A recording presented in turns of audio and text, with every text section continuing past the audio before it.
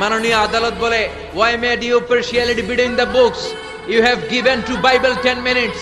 You have given to Srimata Bhagavata Gita 10 minutes.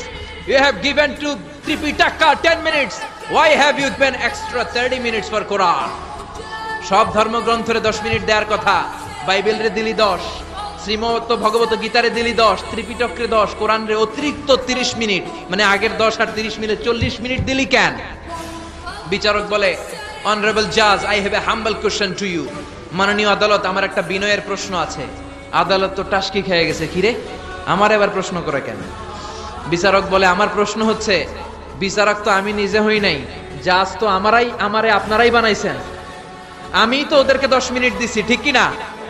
আমি তো বাইবেলরে 10 minute দিয়েছি। এর কারণ, যখন বাইবেল পড়তে এসেছে আমার হুঁশ আছে, আমার সময়ের জ্ঞান আছে, আমি সময়ের টাইম ধরে বসে আছি, আমার হিতাহিত জ্ঞান আছে, আমার নার্ভাস সিস্টেম ওকে।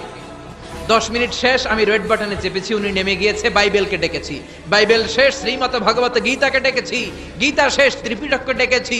কিন্তু এই মিশরের কারি আব্দুল বাসেত জুব্বা একটা পরে কোরআনটা হাতে নিয়ে মাইকের সামনে এসে কি যে বলে একটা টান দিল, ওই টান দেওয়ার সাথে সাথে আর আমার হুঁশ নাই।